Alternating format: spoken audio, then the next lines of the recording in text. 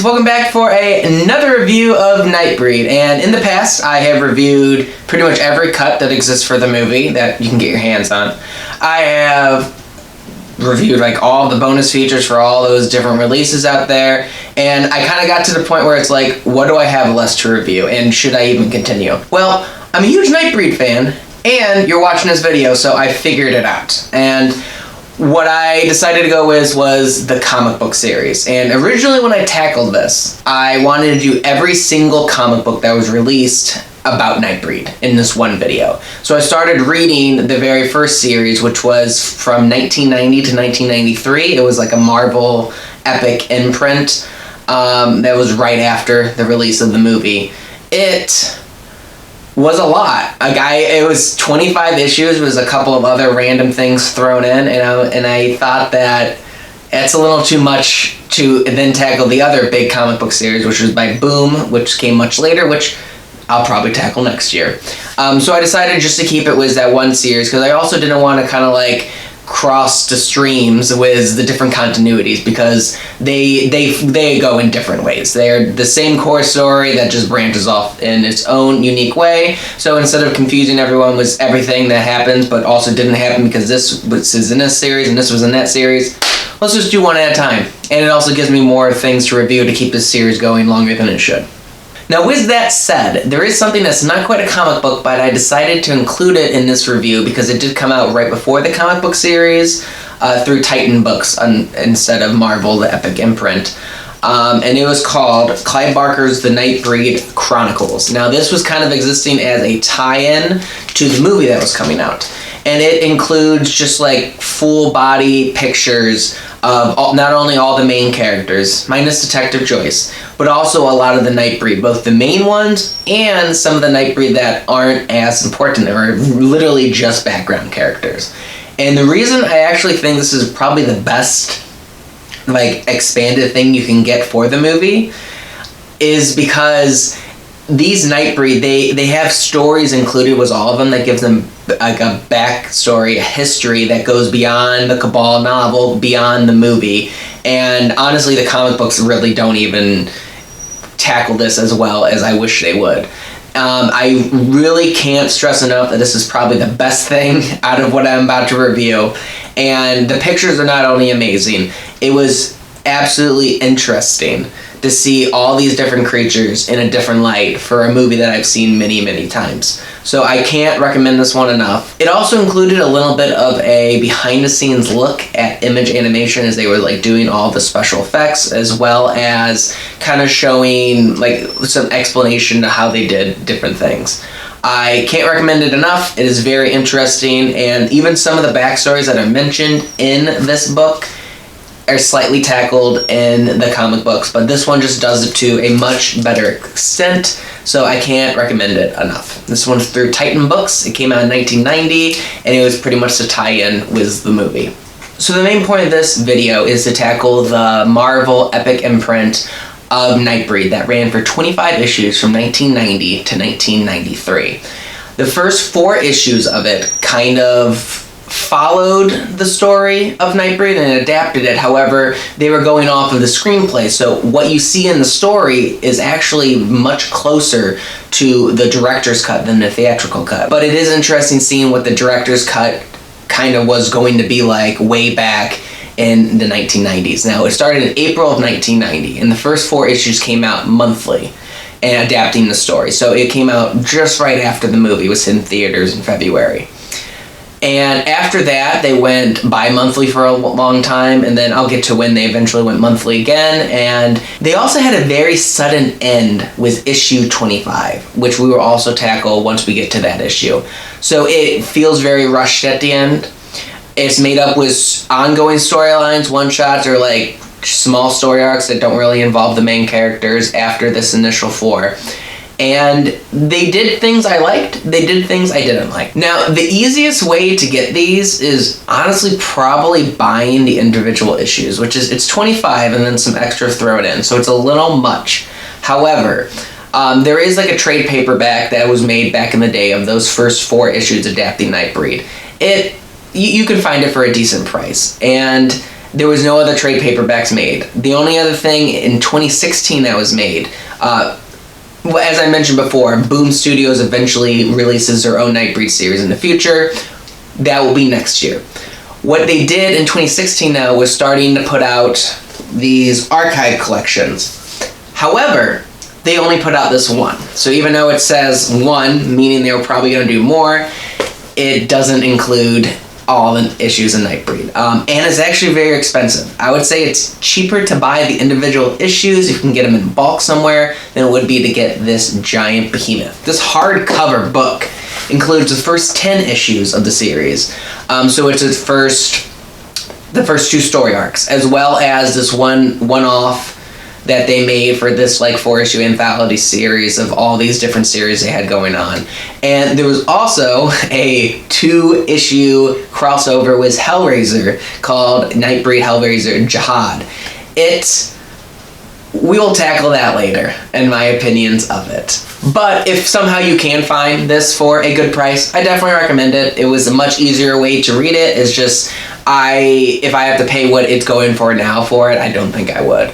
And I'm guessing the sales didn't do well for it because it never got volumes 2, 3, or whatever it needed to finish off the entire series. So it is disappointing in that regards, but I am glad that we at least got this one because it also includes some behind-the-scene looks from the creators of it. Also of note is that this whole series, though not created by Clive Barker, after they followed the director's cut for the first 4 issues, they did kind of use him in a consulting manner. So Clive was given these like pages or story arcs that they were kind of doing. He gave any input that he wanted, and then they ran with that. I want you to take that as a grain of salt because there's some things that feel like Clive wouldn't have done with the Cabal story, or things that don't really fit in line with what I would expect.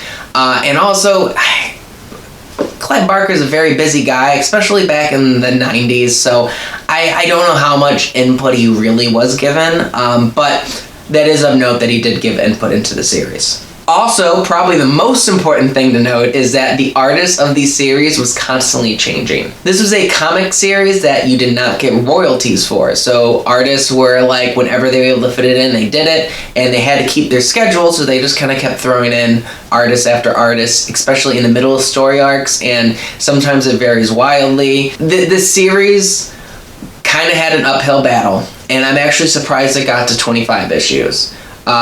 I do recommend it overall if you are a Nightbreed fan, but you'll hear my opinions of these individual story arcs and what my overall take on it is as we go on. So, as I mentioned before, the first 4 issues is a direct adaptation of Nightbreed. However, they used a shooting script, which was closer to what the director's cut is. So some important things that are different is that Ashbury kills Eigerman, the police chief at the end, which doesn't really come into play later, and you'll see.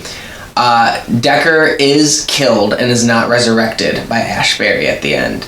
Laurie kills herself at the end and forces Boone to then bite her and change her into a Nightbreed, which is all stuff that we kind of see in line with the director's cut. Detective Joyce, which I think might be my favorite human character if I haven't mentioned it before, he does live and ends up saving Babette. And Narcisse gets his head chopped clean off, which again doesn't really play into the rest of these issues, which we will get to. One thing that I thought was interesting was that Decker's mask is actually talking to him in this, which is one of my favorite things from the Cabal cut that they included. So even though that doesn't really make it into the director's cut as much as you would think, it was in the original script clearly, because I know that was in the original novel if I remember correctly. My one major complaint about the story arc is that I don't think it showcases enough of the different breed. I would have loved just multiple pages upon pages of them showing these different Nightbreed in this comic form. I think the movie does such a great job at showing all these different things because it's such a visual thing.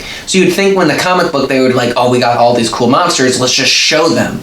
I really feel like they were trying maybe to fit the story in those 4 issues and didn't have enough time to really linger on just all these different breed designs. So that's a little unfortunate. We do get more into that as the series goes on, but I would have liked them to adapt more of that into this initial 4-issue adaptation. So the next story arc, as I mentioned before, is issues 5 through 10. So it's a 6-issue story arc called The Blasphemers. This one involves Cabal, which I'll probably use interchangeably, was Boone, because at this point he is Cabal. Lori, who is now a Nightbreed, but you don't know what her powers are yet. Kensky, who kind of becomes almost a main character. I don't want to quite say the main character of the series, but he's definitely the most like authority of the Nightbreed, and probably the one that like wants to follow the laws to a T the most. Those three characters, along with Narcisse, who does not have any explanation to why his head is back. I'm just going on a little tangent here.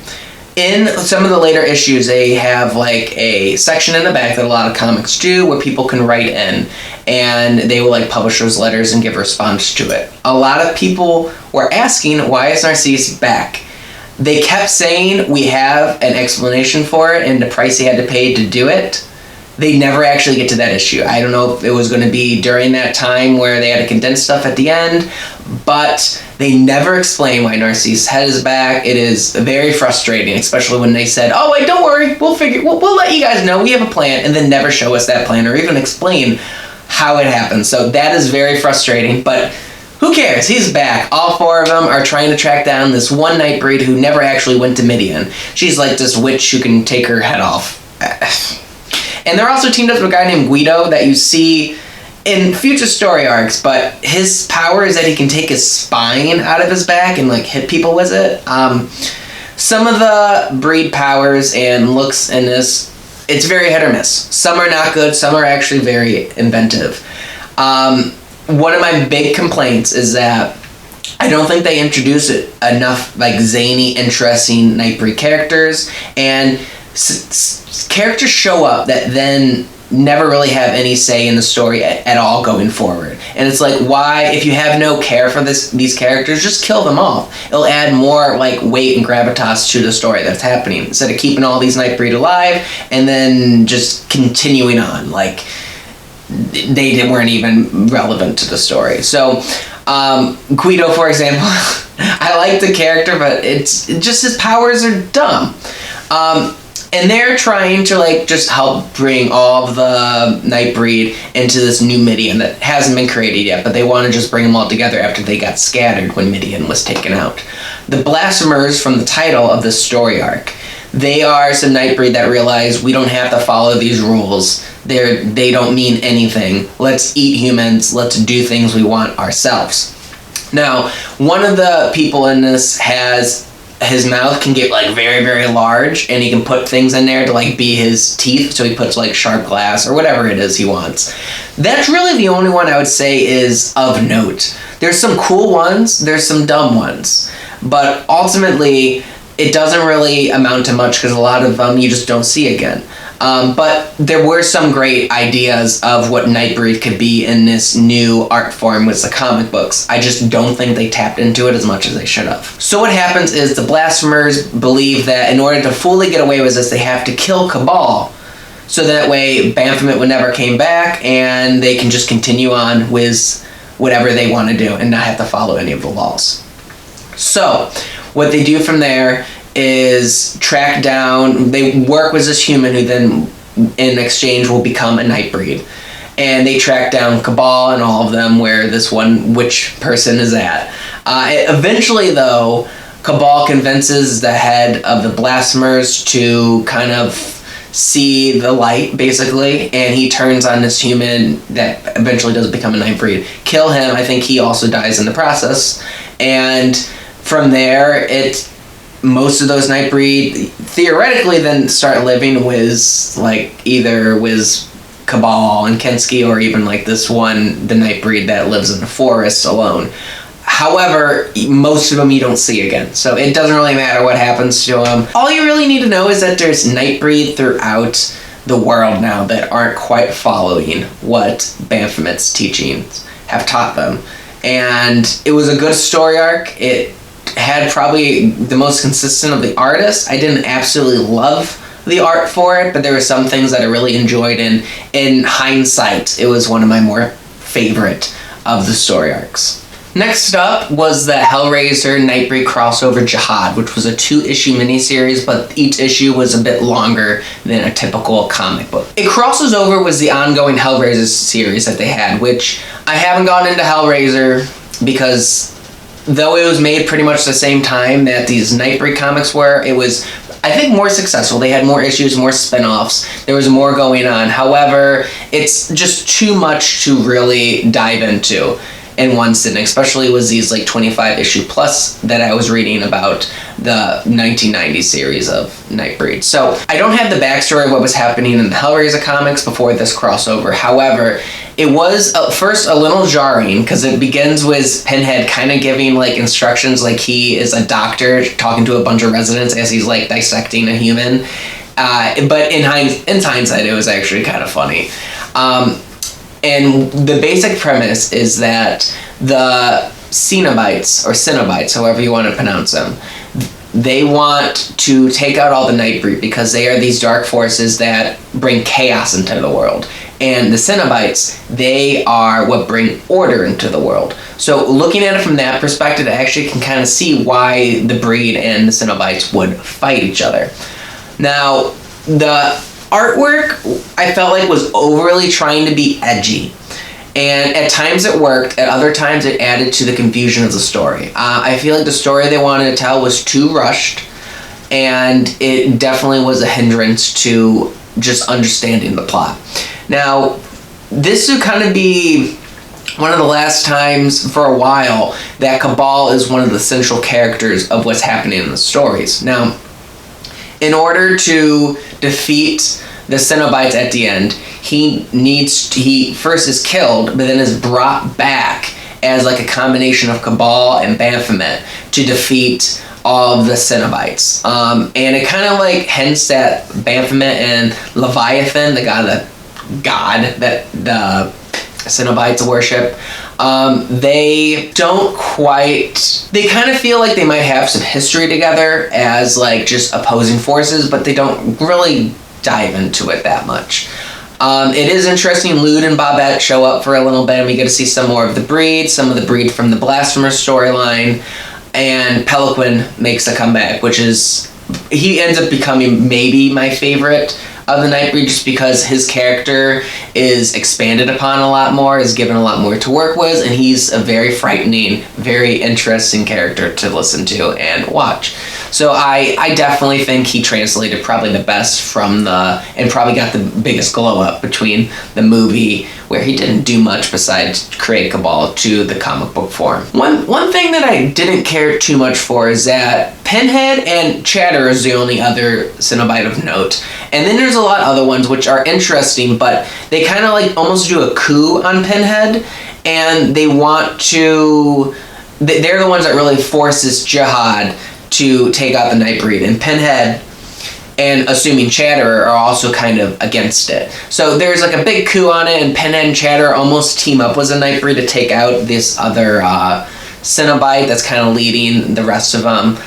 And it kind of works, but at the same time, it's weird seeing the Cenobites infight. Like, I think they were given too much dialogue, talking with each other, and that's just not how I really see them in the movie. Now, this has nothing to do with Nightbreed. It's all Hellraiser now. I really feel like the Cenobites are better when they're not talking, or when they do talk, it just has so much more weight to it, if that makes sense. So I think that was a little disappointing for me from the Hellraiser perspective, but with Nightbreed, it was fine. The artwork was alright, if maybe a little too much at times, but it was very fascinating seeing these two worlds of Clive Barker collide, and there's actually another series that kind of gets like smashed in here as well. So I definitely recommend this story for fans of Nightbreed and Hellraiser. It may be a little bit harder to track down, but not too much more expensive. You might like the artwork more than me. If you like the artwork more than I did, then this story is more for you. If you're just not a fan, it might be a little hard getting into it. Next up was a 1992 issue of something called Epic and Anthology, and in each of these 4 issues, it just had like 3, 4, 5 different stories that were about different characters and series that they had going on at the time. Nightbreed was one of them, so they were in one of the issues where, and again, it's not the full issue, and the story is just Cabal, Pelican, and Kensky. They're on a road trip, and it's about this newspaper reporter who's interviewing these 3 hillbillies, like saying, hey, what happened? What do you guys remember seeing? And they just recount this really short story of seeing these 3 Nightbreed roll through town, and at the end you kind of find out they're Nightbreed or they were turned into Nightbreed. It's not really clear. There's not really a good punchline to the story. I hate the artwork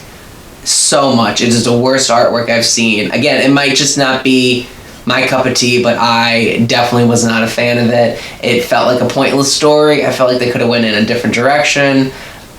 I don't have a lot to say about it. And there was one point in time where they call Pelican Kensky. Like, not a lot of care went into it, in my humble opinion. Next up was issues 11 and 12, which kind of take a backseat to the main storyline going on, and it then takes us to South America to these 2 Nightbreed that kind of look like ancient Mesopotamian, like, gods. They're kind of not really living in hiding, but they're just living in these pyramids, and they've just been abandoned. And one is very upset that they aren't worshipped by humans anymore.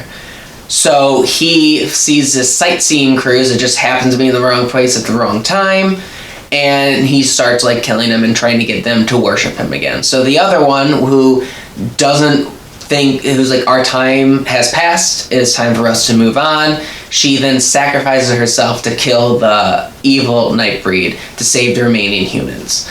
There's not much going on with it. The artwork was very average. However, it was interesting seeing things that didn't follow the central story. So part of me, and I'll get into more of this because there's other issues that I think would have worked, I wish there was a second Nightbreed series that went on that could have covered more of these different ideas that didn't follow the main storyline. I feel like it ultimately detracts to the ultimate goal of Nightbreed and then finding new Midian by doing these issues that don't have much to do with anything, but they're still fascinating. So if there was like an anthology series, not like the epic anthology, but if there was an anthology series that kind of took the idea of these monsters throughout the world, and for example, maybe they could have been Bigfoot or the Loch Ness Monster and whatnot, and they were all actually Nightbreed, and just giving one-shots or just small story arcs that explain all these different monsters and how they were Nightbreed and what they're doing throughout the world would have been a much more fascinating take than taking away from the main story momentum going forward, in my opinion. Next up is Rawhead Rex, which is taking a character from a different Clive Barker story and just not really saying he's a Nightbreed, but saying he might be something even more ancient and come from something very similar to what the breed are. Now, this isn't taking the movie into consideration at all. I know there's a Rawhead Rex movie that Clive did before Nightbreed that he didn't have a lot of say in. This is strictly taking the story of Rawhead Rex and somehow twisting it into a shared universe.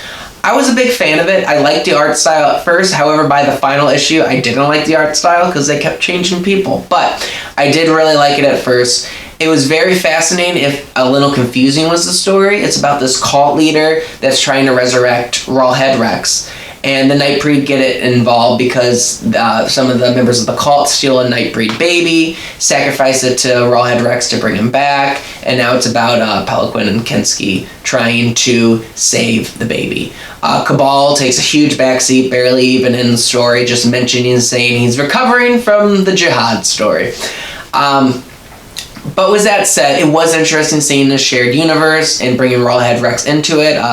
Ashbury and Eigerman, Eigerman's alive now. I guess he wasn't definitively killed at the end of the story. And they kind of are like tracking down Nightbreed and want to kill them. So they're in the story, it kind of comes to a head, but they end up dying at the hands of the breed at the end, fall into the swamp. Same with Rawhead Rex. It's probably the worst story beat in this is Rawhead Rex ends up getting a kid. And what happens is someone takes a shotgun, shoots Rawhead in the balls. Some of that splatter goes into one of the cult women, who then gives birth to the baby of Rawhead Rex. Gross. Very gross. I don't know what I think about it. It's very weird. It's a very convoluted way to get him to have a baby. Tis what it is. But with that said, Rawhead Rex baby comes back, kills Rawhead way too quickly. What I enjoyed more was the Peloquin and Rawhead Rex fight. I think that was definitely the highlight of the story. However, it was a little disappointing that Rawhead was killed so quickly, or was he? But yeah, they all fall into the swamp. They kind of set it up that something might be coming out of the swamp, which they do actually pay off later in the story arc, just very, very quickly. But I do appreciate that some longevity to the story instead of just dropping some story beats as they go on. Issue 17 is a one-shot called Midnight Snack, and it's about this Nightbreed living in New York who's just trying to stave off his hunger for humans. This is another example. I wish it was an anthology series that just kind of continued on showing different breed trying to do different things and tackle different parts of the universe. However, this was a very good story. Up until this part, it might be my favorite, which is disappointing because it had nothing to do with the main storyline going on. The art was great, and how this Nightbreed ultimately takes his own life because he doesn't want to keep breaking the law and eating these humans when he's not supposed to. It's all done very well. I wish more things were like this in the series. Issue 18 through 20 is called Hunters and Trophies. This story arc involves Narcisse, Peloquin, and also some other Nightbreed trying to track down this werewolf. And werewolves are part of the breed. Some of the breed become werewolves. That's all you need to really know about that. And I think that's another example of different monsters throughout like actual lore in the real world, and making them into Nightbreed I think was the right way to go. Anyways, they track down these werewolves. One of them is killing everyone, even the breed. One of them is good, so they team up as a good one. They even team up with some humans to take down this last werewolf. And Peloquin really takes a front seat in this one, and I love the fight scene between him and one of the werewolves at the end. Again, very good story arc. I kind of continues the story. Main storyline momentum is definitely one of the better story arcs of this series.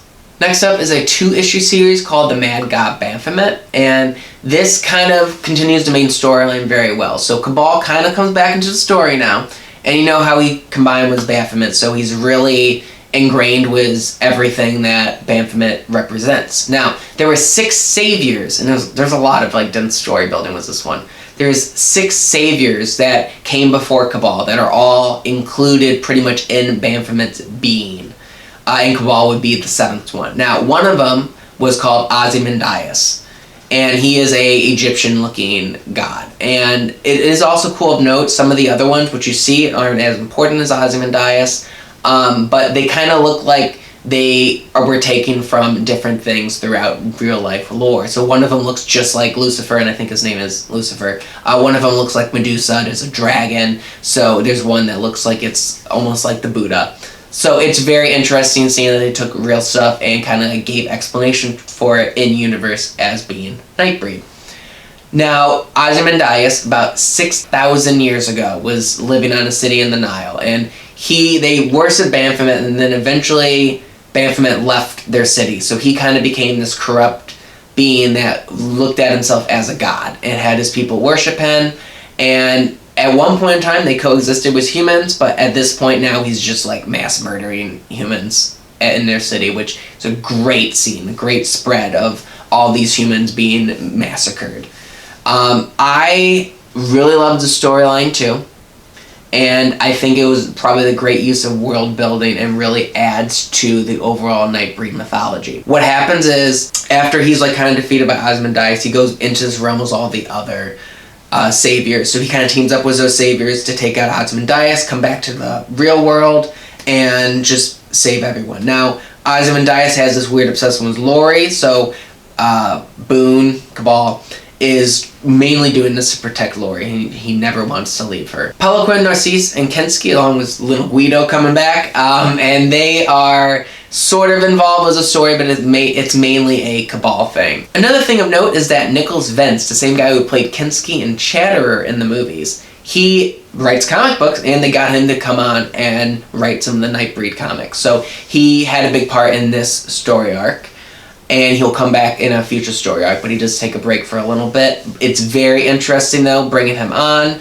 I really feel like it must have been a very odd feeling writing dialogue for his own character and seeing how this small character he played has such a bigger part within the universe. But his writing's very good, and the world building in this story is probably the best of the entire series. Issue 23 is called The One That Got Away. Now, I didn't mention it before, but it was revealed that all the berserkers, which were experiments from a World War I German scientists that went awry, they were all killed in search of the Leviathan puzzle box. And that was all mentioned in the Jihad story. Now, we found out in this one-shot that one of them survived, but didn't get there in time when all the other berserkers were killed, was the box. So he has some ties to Peloquin. Now, when Peloquin was first coming to Midian, he had this love interest that then died at the hands of a berserker by accident. So he has been he's been wanting to track down this berserker and kill him for a long time. Now what happens is everyone's trying to find this berserker because it's just murdering people willy-nilly. When they send Peloquin after him, they're like, oh crap, he's obsessed with killing this exact berserker, so he kind of goes off on his own. This was a very good story. It continues the storyline a bit, while also adding more character depth to Peloquin. I love this one too. I wish more stories are like this. There's not much more to say because it was just a one-shot, but it was very interesting. So issues 24 and 25. In hindsight, I think this is why I'm looking kind of badly on this series, because when I just went through this entire series, there was more story arcs I enjoyed than I didn't enjoy, especially some of the one-shots and more experimental stuff that they had. And this final story arc, I think, is why I had a sour taste in my mouth, and I might have been saying I didn't recommend this series as much as I kind of do. It's through no fault of their own. So, this story arc's called A New Midian. It was supposed to be, I believe, 6 issues. However, they did 1 issue, found out they were not getting a continuation of the series, and they had to condense 5 issues into 1 for issue 25 to end the series, and it shows. So the setup was fine. The setting kind of involved Lori giving a little bit of a backstory to how she met Boone and how she kind of saw this animalistic side to him. You also get a backstory for Guido. He comes back. And then Rachel and Leroy Gum do show up in the story. If this issue ends with Rawhead Rex returning and coming out of the swamp, but now he is combined with the cult leader and Ashbury and Eigerman. They're all one being now. That's just how the issue 24 ends. And the main story is that they're finally trying to go and set up a new Midian, which is what this whole series was leading to. Then issue 25. Now, I want to make this note, Nicholas Vince did come back for the story arc. Through no fault of his own does the story suffer on this. It is entirely because he tried to cram too much that he needed to and he thought he could into one single issue. Now, they begin this issue like it's a newspaper, talking about the Nightbreed, and kind of condensing what would have happened in 4 of those 5 issues in like 2-3 pages of this. And the way it starts out was an article talking about, hey, these Nightbreed might be real. This stuff happened in Midian. We have some people saying that breeds might be real. There's different sightings. They kind of eventually even tie it into the stuff in South America and happened in some of the other ones, like with the werewolves and whatnot. However, as it goes on, so the first article in this supposed just normal town newspaper is that, hey, maybe these Nightbreeds are real. Sometimes people call them this. We don't really know. But then all the other ones make you believe that, like, oh, it's already common knowledge in the United States that Nightbreed is real. So they go from being like this National Enquirer take on it to just straight up being like, oh, and this happened, and this happened, and this happened because Nightbreed are real. And it's too much.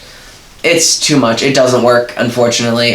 One thing they kind of like glossed over is that apparently Peloquin like almost becomes a cult leader of his own. But then everything goes back to normal. There's definitely mention of Rawhead Rex coming back, which we will get to, but like I feel like there was so much more that was supposed to be done with Rawhead and probably this cult storyline, and it's just glossed right over. Also of note is that Decker, I think this was issue 24, so I'm a little out of order, but during that backstory where Laurie was talking about how she met Boone, you do get to see a little bit of Decker, which is really the only time since the 4-issue adaptation that you see him. So unlike the movie theatrical cut that really ramped up that Decker was going to be the villain, the comic book series is like, nah, Clive had a better idea, was just getting rid of him. I really like Decker. I wish they would have brought him back in some form, but following director's cut was the right move. The newspaper also references Shuna Sassi, who came back in some of the other issues, but never as a hugely main character. And how she, like, killed a senator, and it doesn't really explain why she did it. Like, there is an explanation for it, but it doesn't factor into the story well at all. And I think they waste too much time in this story building up to it, where they could have just taken it out since they didn't have the time. So what happens is Cabal believes they can find a new Midian in, like, the subway systems and underground sewers of New York. So during Halloween, they all descend on New York, and they even summon all these weird creatures to have humans think it's like this hallucinogenic trip that they're on, and like the world is ending, so they can sneak down into this new Midian. Now, down there, Baphomet's coming back. So what they were doing is trying to keep Laurie away from all this happening, but she wanted to come down and be a part of it, despite Cabal saying no. And you find out later it's because Rawhead Rex, who's obsessed with Laurie, is trying to kill her. So Cabal had to sacrifice himself through Shuna Sassi shooting her quails into Cabal and Rawhead, killing them both. But then Baphomet's like, nah, Cabal, you can come back, and just resurrects him. It's not a satisfying ending to the series, and honestly, that's the main reason I didn't recommend the series, is probably because it didn't stick to landing, and it's through no fault of their own. Most of these story arcs are good, but this one, I don't know, it doesn't work. It doesn't work, and again, it's through no fault of its own. I feel sorry that the series that had more good than bad in a sour note, and it inadvertently made me not want to really recommend the series. So, in hindsight, yeah, I would read the series. There's some really good stories happening in there. There's some that's not important, and the changing of artists is kind of rough. However, if you ignore the rushed ending, there was some very solid storytelling that actually could fit in easily with the story that Clive Barker created with Cabal. So, overall, yes, I recommend this series, especially if you're a Nightbreed fan. If you're a Nightbreed fan, you need to be reading it. The ending kind of whiffs it, but most of what you see in there is good. Definitely recommend. Next year, I'll probably tackle the Boom series. It's a lot shorter than this Marvel Epic imprint series that there was, and this one's much more recent, so it's a little more accessible. You can find these issues easier, and they're all in trade paperback form. So overall, seek this stuff out. Buy individual issues, probably the best way you can read them. I recommend it, but you know, I'm a Nightbreed fan. I'm going to recommend everything that's Nightbreed. So until next time, thank you guys for watching my probably too long review, and I'm looking forward till next year.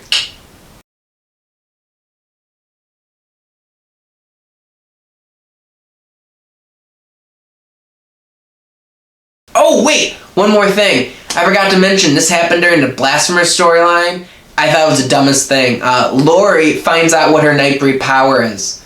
Yeah, it's that she can play music that makes the dead come back to life.